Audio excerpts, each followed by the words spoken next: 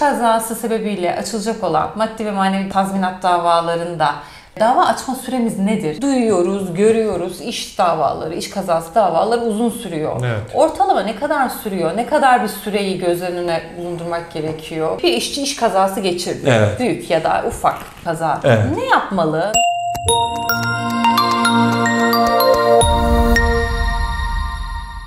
Bir hafta aradan sonra yeni bir konuyla birlikte Melek Hanım'la karşınızdayız. Bugün iş kazası nedeniyle maddi manevi tazminat davasını konuşacağız. Soruları Melek Hanım soracak, ben de elimden geldikçe cevaplamaya çalışacağım. Şimdi büromuzda bir görev ayrımımız var. Aile hukukundan kaynaklı davalara ve gayrimenkul ile alakalı davalara ben bakıyorum. Mehmet Ali Bey daha çok ticari davalar, iş kazaları ve iş davalarına bakıyor. Öyle bir ayrım olduğu için bugün soruları ben soracağım. Mehmet Ali Bey cevaplayacak. Evet, bekliyorum ilk sorunuzu. Evet, şimdi iş kazası sebebiyle açılacak olan maddi ve manevi tazminat davalarında dava açma süremiz nedir? İş kazasını geçirdik. Ne kadar süre içerisinde dava açmamız gerekir? Türk Borçlar Kanunu'nun 146. maddesine göre 10 yıllık zaman aşımı. Bu 10 yıllık zaman aşımı iş kazası geçirdiğiniz tarihten itibaren var. Yani bu kısa bir süre değil, bayağı da bir uzun süre. Bu ilk zamanlarda tabii iş kazası geçiren işçi işverenle karşı karşıya kalmak istemiyor ya da işini kaybetmek istemiyor. İlk etapta bir dava açmak istemiyorlar genellikle. Değil mi? Yani sonra kendilerini zihnen toparladıktan sonra, olayın vehametinin farkına vardıktan sonra da dava açabiliyorlar. Ya da maddi olarak artık zorlanmaya başladıklarında maluliyet de varsa işin içinde. İş kazası insanları maddi açıdan etkiliyor, psikolojik açıdan da etkiliyor. Yani manevi tazminatın çıkmasının nedeni boş değil. İnsanlar belki iş kazası geçirdikten sonra bir daha asla çalışamıyor. Fiziken çalışabilecek durumdalar ama psikolojik olarak, manevi olarak verilen zarar çok yüksek olduğu için bir daha çalışamıyorlar. Tabii bir iki sene sonra hem maddi hem manevi olarak yük üstlerine bindiği zaman kendilerine gelip dava açmaya çalışıyorlar. Belki 6-7 yıl sonra bile gelip dava açtıkları oluyor işçilerin. Evet. İş kazası davasında, maddi ve manevi tazminat davasında hangi mahkemede açabiliyoruz? Hangi mahkeme görevli? Hangi mahkeme yetkili? Bu konuda bize bilgi verebilir misiniz? İş kazalarında görevli mahkeme iş mahkemesi. Yetkili mahkeme ayrımı ise şöyle yapılıyor. İşverenin, iş yerinin merkezinin bulunduğu yer mahkemesi, iş kazasının geçirildiği yer mahkemesi ya da işçi ölmüşse mirasçıların yani davayı açacak kişilerin bulunduğu yer mahkemesinde bu davalar açılabiliyor. Yani burada tabii mirasçının bulunduğu yer mahkemesi önemli. Çünkü insanlar bazen şehir dışında çalışıyor olabiliyor, başka yerde çalışıyor olabiliyor. Şantiyelerde çalışıyor olabiliyor.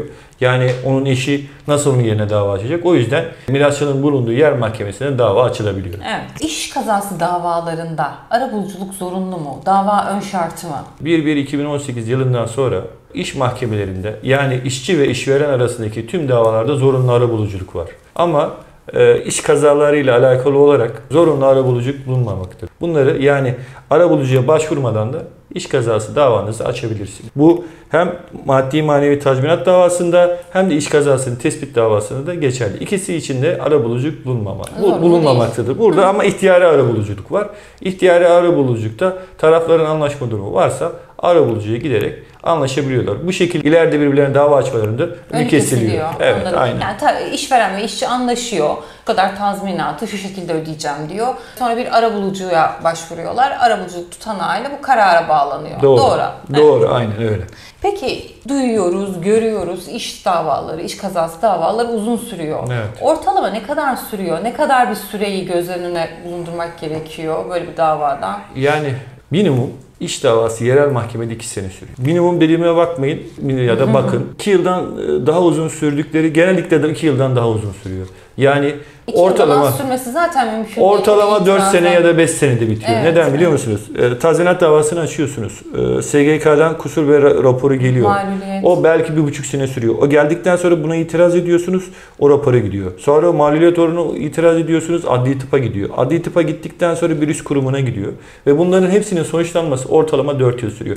Bazen mesela açtığımız bir iş kazası davası yerel mahkemede 2 senede bitti. 2 senede bittikten sonra istinafa. Evet, istinaf da artık. İstinaf ilk başlarda 6 ayda 8 ayda geliyordu ama şu an 2 yıl civarında sürüyor. Belki daha fazla da sürüyor. Yani minimum 3 yıla çıktı diye duyuyoruz ama. Minimum yerel mahkemede 2 sene derseniz, 1,5 senede istinaf da derseniz 3,5 yıl sürüyor. Tabii insanlar soracak ya bu kadar yıl tazminatımız ne olacak? Maddi manevi tazminatlarda yasal faiz işliyor. Yasal faizde %9. Çok düşük Türkiye'de. Yani bu rakamlar çok düşük ama davanın sonucunda iş kazası geçirdiği tarihten itibaren %9 faizle tazminatlarınızı alıyorsunuz.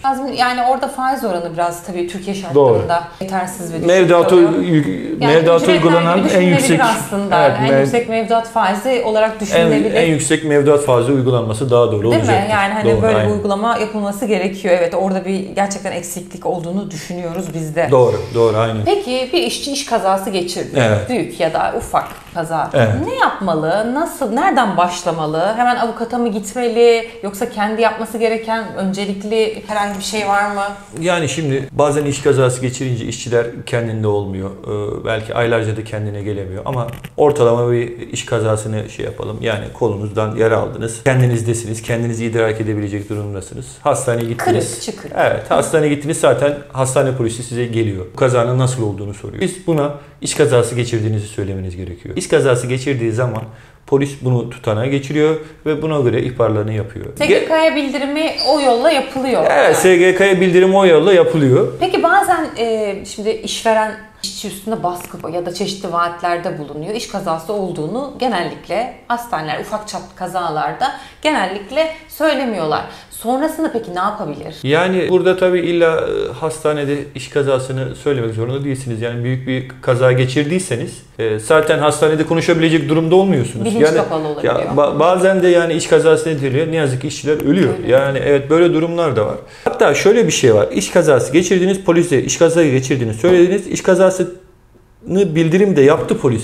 Gene böyle olsa bile SGK'ya gidip sizin iş kazası geçirdiğinizi, iş kazası geçirdiğinden dolayı dava açacağınızı, mağluliyet ve kusur oranı için rapor alınmasını istiyorsunuz. Ancak sistem bu zaman başlıyor. Yani illa ilk başta hastanede polise söylemek zorunda da değilsiniz. SGK'ya gidiyorsunuz, iş kazasını geçirdiğiniz yer SGK'sına gidiyorsunuz. Burada iş kazası bölümü var. Bu bölüme giriyorsunuz. İstedikleri birkaç evrak var. Bu evraklarla beraber iş kazası geçirdiğinizi, rapor almak istediğinizi, kusur ve mağluliyet raporu almak istediğinizi, siz bunu kendiniz de yapabilirsiniz. Vekalet verdiğiniz avukat da yapabilir. Genellikle işçiler kendileri gitmiyor, vekalet verdikleri avukat yapıyor. Çünkü SGK'ya o şekilde gittiği zaman bir sürü evrak isteniyor, yapılıyor. Onları organize edilmesi gerekiyor. Bu süreçte bir sene sürüyor. Anladım. Evet, bir sene sürüyor aynen. Peki SGK iş kazası olduğunu kabul etmezse işçi ne yapmalı? İş kazasının tespit davası var. Burada da süreci iyi yönetmek gerekiyor. Bize bir iş kazası geçiren işçi geldi. İlk başta SGK'ya başvurusunu yapıyoruz.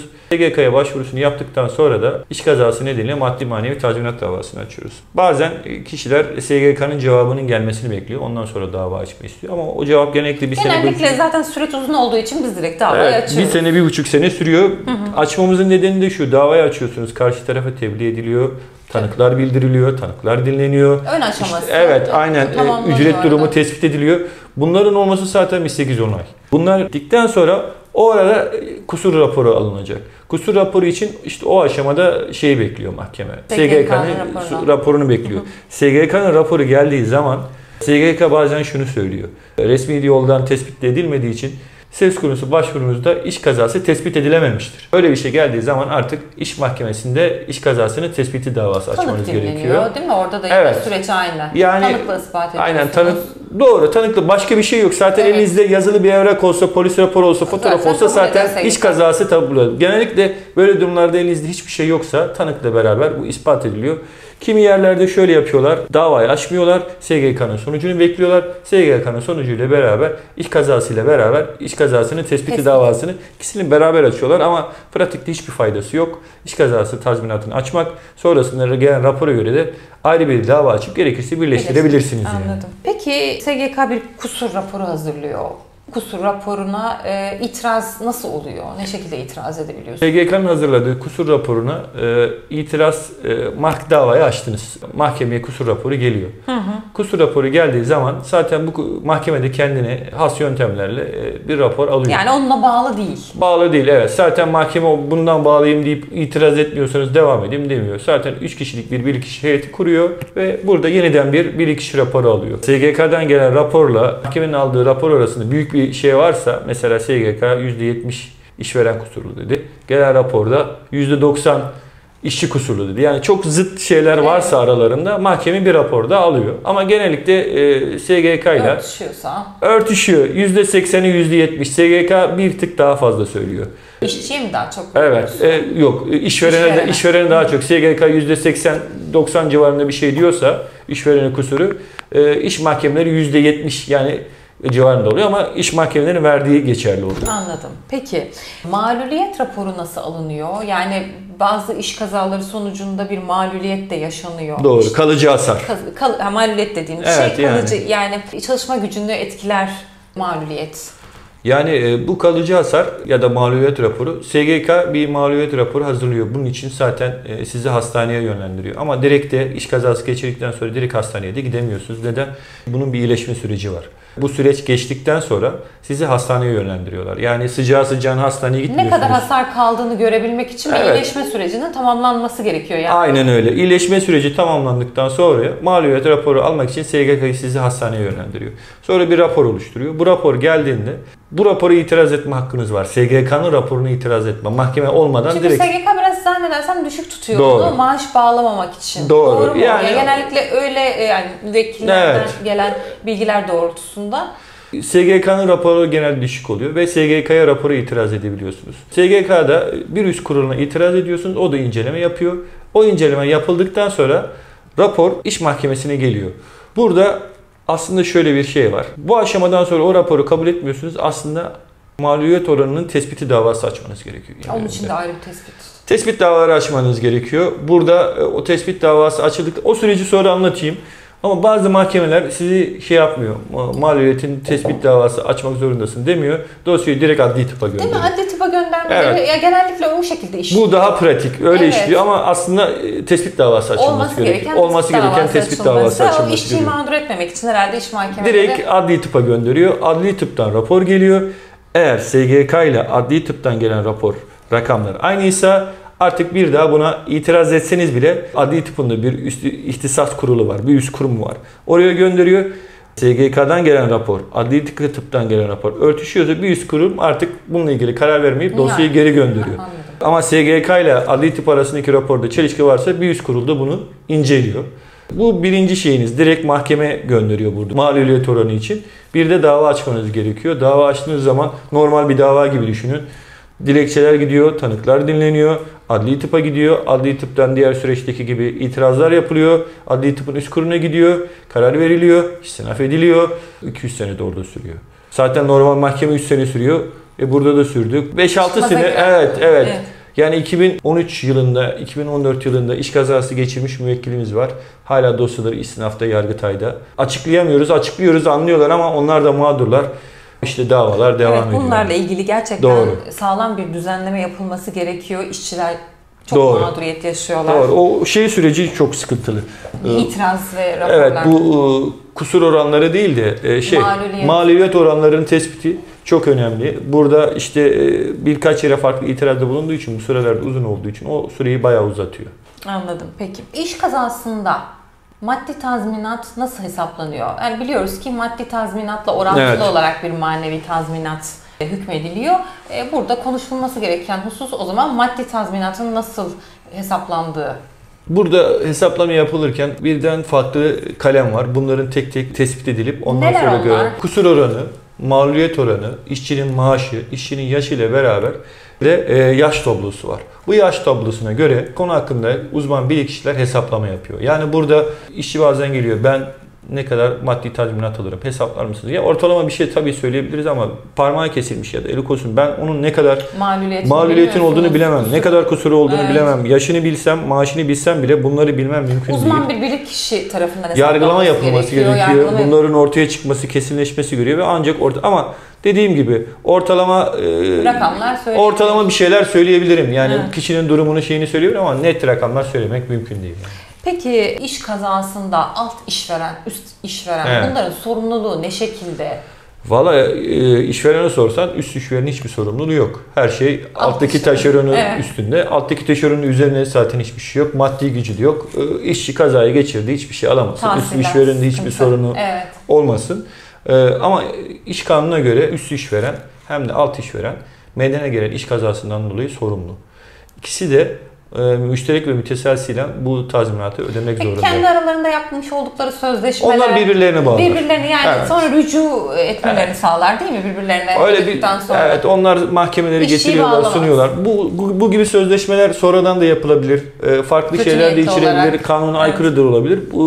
Ama işçi korunduğu için bu birbirlerine bağlayan şeydir. İşçi her ikisinden de tazminatını, yani tabii